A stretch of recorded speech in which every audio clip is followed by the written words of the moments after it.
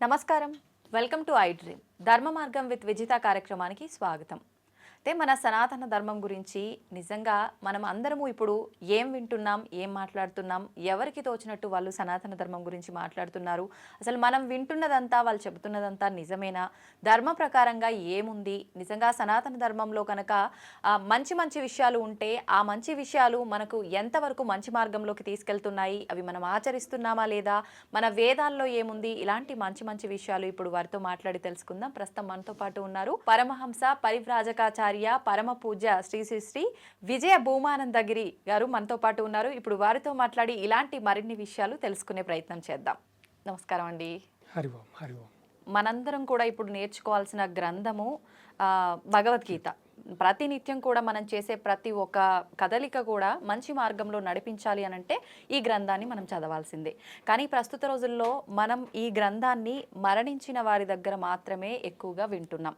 చాలా మందిలో ఎలా అంటే దీని గురించి ఎక్కువ అవగాహన లేని వారికి ఇది మరణించిన వాళ్ళ దగ్గర మాత్రమే వినిపించే ఒక శ్లోకంగా మాత్రమే చెప్పబడుతోంది. నిజంగా అంటే మనం దాని గురించి ఏమనుకోవాలంటారు? ఇది చాలా దురదృష్టకరమైన విషయం అమ్మ. భగవద్గీత అనేది ఈ మానవాళి కోసం ఉద్భవించిందే తప్ప ఒక డెడ్ బాడీ పక్కన నిలబెట్టి పార్థివ శరీరం పక్కన అది రికార్డు పెట్టో లేకపోతే మనిషిని కూర్చోబెట్టి పాడించో అది అపరాధం అమ్మ, తప్పు కూడా, అది చాలా తప్పు. ఈ విషయాన్ని నేను ఒక సభలో ప్రస్తావించినప్పుడు వెంటనే ఒక ఆయన లేచి వచ్చే వారం నా కొడుకు వివాహం జరుగుతోంది, ఆ వివాహ సందర్భంగా మీరు వచ్చి భగవద్గీత చెప్తారా అన్నారు. తప్పకుండా చెప్తామన్నాను. ఆ వివాహ సందర్భంగా నేను వెళ్ళాను. భగవద్గీత అంటే మా అమరావతికి పక్కనే ఉన్నటువంటి ఊరే వారి ఊరు, అంటే ఆంధ్రప్రదేశ్లో. నేను వారి వివాహ సందర్భంగా మేము ఒక 2-3 గంటలు భగవద్గీత కూడా ప్రవచించాం. అంటే ఈ పార్థివ శరీరాల పక్కనే భగవద్గీత వినిపిస్తామన్నది ఒకటి ఎట్లా వచ్చిందో వచ్చేసిందా, అది కరెక్ట్ కాదు, అది పాపం, తప్పు కూడా. భగవద్గీత అన్నది జీవావళికే తప్ప నిర్జీవావళికి కాదు. ఒకవేళ ఉన్న అక్కడ 10 మంది ప్రజలు అంటే వాళ్ళు వింటారు, అది ఆనందమే. కానీ మరణించిన వారి దగ్గర మాత్రమే భగవద్గీత చదవాలంటే అంతకన్నా దురదృష్టం మరొకటి లేదు. అది తెలియని వారు చేసే తప్పు పని, అది చాలా తప్పు. వారు ఎప్పుడు అట్లా చేయకూడదు. మీరు కావాలంటే ఏవైనా శ్లోకాలు వేరే ఏవో వినిపించండి తప్ప భగవద్గీతను కేవలం మరణించిన వారి దగ్గర వినిపించడం వల్ల ఏ దుర్మార్గం జరుగుతుందంటే మీరు భావించిందే జరుగుతుంది. అంటే మరణించిన వారి దగ్గర మాత్రమే భగవద్గీత ప్రవచనం ఉంటుంది అన్నది అలా ప్రచారం అయిపోతుంది, ఒక అబద్ధం ప్రచారం అయిపోతుంది. అయితే ఇప్పుడు ఇంత పవిత్రమైన గ్రంథాన్ని మనం పూజా మందిరంలో పెట్టి పూజ చేసి ఆరాధన చేసి మనం నిత్యం దేవుళ్ళకి ఎలాగైతే చేస్తామో అలా చేసి నమస్కరించుకోవడం వరకే పరిమితమా, లేదు అంటే దాన్ని పూజ రూమ్లోంచి బయటికి తీసుకొచ్చి మనం ఎక్కడైనా సరే, అంటే ఆఖరికి బెడ్రూమ్లో కూర్చొనైనా సరే చదువుకునే ఒక గ్రంథంగా మనం భావించవచ్చు అంటారా? తప్పకుండా భావించవచ్చమ్మా. దేశ కాలమాన పరిస్థితులు అన్నది భగవద్గీత అతీతమైనది. ఎక్కడికైనా ఏ వయసు వారిలో అయినా వెళ్ళవచ్చు. అంటే నిజానికి చెప్పవచ్చో చెప్పకూడదు తెలియదు. మన మిచిగాన్ యూనివర్సిటీ యూఎస్ఏలో అంటే మన హైందవులు అంటే తమ పిల్లల్ని ఎట్లా తయారు చేస్తున్నారు, అంటే భగవంతుడికి ఎంత దూరంగా తీసుకువెళ్తున్నారు, అంటే వీళ్ళకున్నటువంటి పిల్లలకు చదువులు లేదా పెద్ద పెద్ద లక్షల కోట్లు సంపాదించే జీతాలు ఉన్నటువంటి ఉద్యోగాలే కావాలనుకునేటువంటి ఒక దుర్మార్గం. అంటే దుర్మార్గం అంటే తల్లిదండ్రులు దుర్మార్గం అనలేమో మనం, వాళ్ళ ఆలోచన ఏమిటంటే మీలాగా మీడియా వ్యవస్థ ఒక యాంకరు, ఒక యాంకరుని, ఒక యాంకరుడు ఇద్దరు కలిసి మేల్ ఫీమేల్ ఇద్దరు వెళ్ళారు. ఇక్కడ 2 ధర్మాల వారు పక్క పక్కన ఒక 5 అక్కడ కూర్చోబెట్టారు. హైందవ ధర్మంలో ఒక 5-6 ఇట్లా కూర్చోబెట్టారు. వీళ్ళ 2 ధర్మాల వారి వద్దకే వెళ్ళారు. మీ ధర్మం గురించి ఏమైనా చెప్పండి అంటే వాళ్ళలో ఉన్నటువంటి ప్రేయర్స్ ఏవో చదివి బాగానే వినిపించారు. ఇంకో ధర్మం దగ్గరికి వెళ్ళారు. వాళ్ళు కూడా మీ ధర్మం గురించి చెప్పండి, వాళ్ళు కూడా వాళ్ళ భాషలో వాళ్ళ అరబిక్ లాంగ్వేజ్ ఉన్నటువంటి చక్కగా వారి యొక్క ప్రేయర్స్ కూడా చాలా చక్కగా వినిపించారు. మన వాళ్ళ దగ్గరికి వచ్చారు.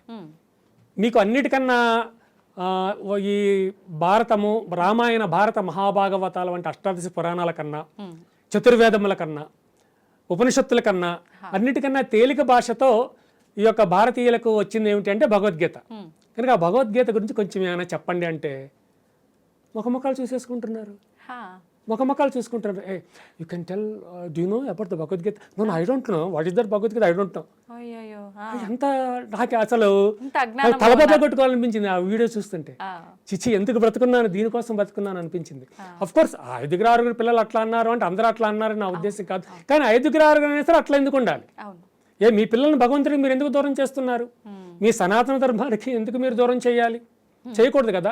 భక్తి అంటే ఏంటి? ఒకసారి ఏదో గుళ్ళోకి వెళ్ళి దండం పెట్టి అమ్మయ్య ఒక 5-6 కేజీలు పుణ్యం వచ్చేసింది అనుకో బయటకు వస్తే సరిపోయిందా? లేదు. లేదా ఒక కొబ్బరికాయ కొట్టేసి స్వామి నా కొడుకు రేపు ఇంతవరకు వీసా రావట్లేదు, అమెరికా నుంచి వీసా వచ్చేలా చెయ్యి, అక్కడ వాడికి నెలకు ఒక 5-6 లక్షలు 10, 15, 20, 30, 50, 60 లక్షలు జీతం వచ్చేలాగా చేతంటే దండం పెడితే వచ్చేస్తుందా?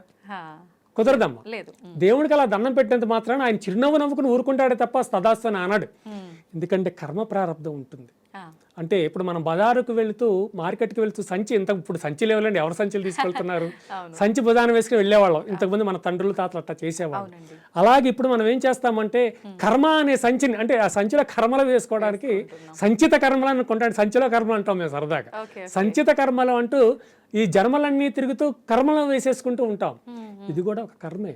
భగవద్గీతను మీరు చెప్పినట్లుగా పార్థివ శరీరం ప్రక్కనే వినిపించడం, కనీసం నీకు సొంతమైనటువంటి నీవు పుట్టి పెరిగినటువంటి హైందవ ధర్మానికి సంబంధించి 1-2 శ్లోకాలైనా నువ్వు చెప్పలేకపోవడం, ఇదంతా ఏమిటాం, ఇదంతా కర్మ కింద కదా లెక్క. మరి నీ కొడుకుని నీ కూతుర్ని పాపాల వైపుకి తీసుకువెళ్తున్నావా, ధర్మం వైపుకి తీసుకొస్తున్నావా? ధర్మము అంటే దైవం అమ్మ. దైవానికి ధర్మానికి తేడా లేదు. అలాగే దైవము అంటే జ్ఞానం.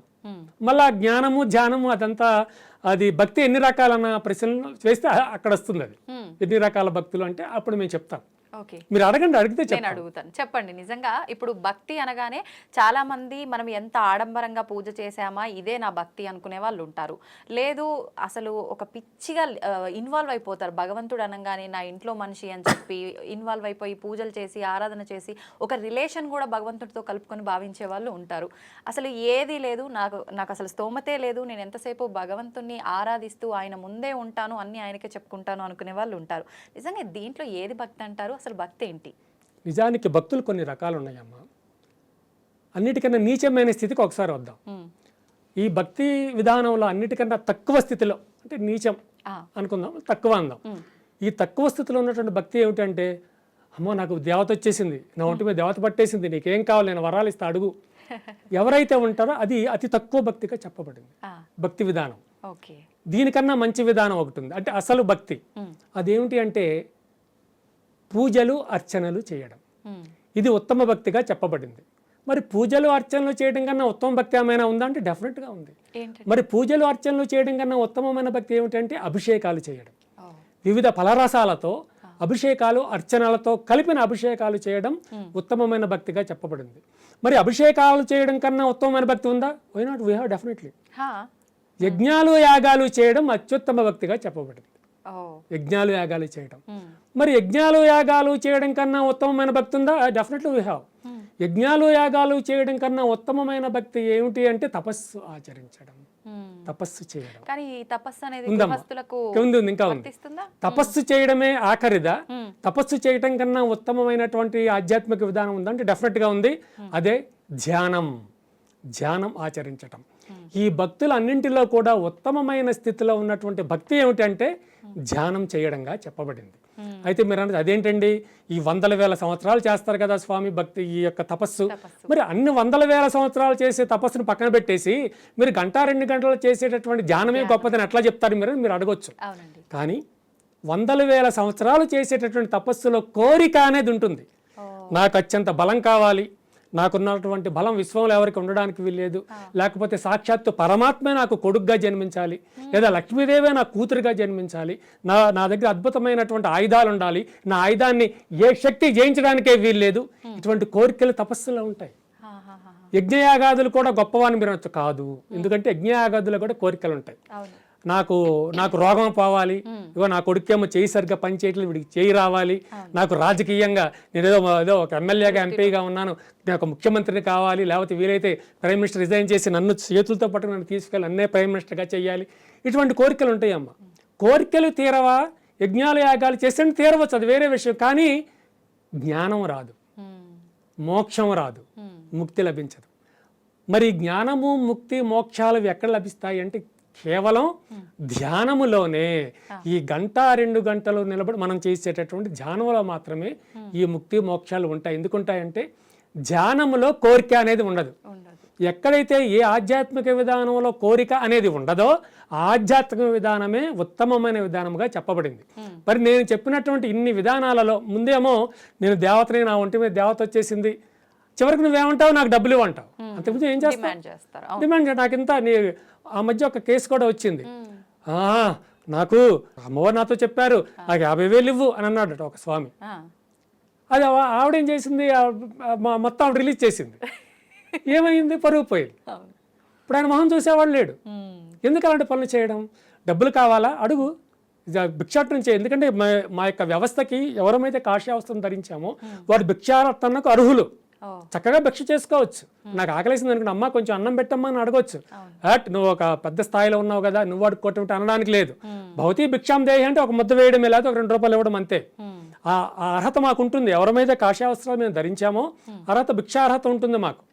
అందుకని ఆది శంకరాచార్యులు వారు మా అందరికీ గురువు, జగద్గురువులు ఆది శంకరాచార్యులు వారు భిక్షాటన చేశారు. వారు మహానుభావులు, అంతటి మహానుభావులు. ఆ యొక్క వ్యవస్థలో ఉన్నాం. ఆ యొక్క గిరి సంప్రదాయం అంటే 10 సంప్రదాయాలు ఉంటాయి, దశనామి సంప్రదాయాలు.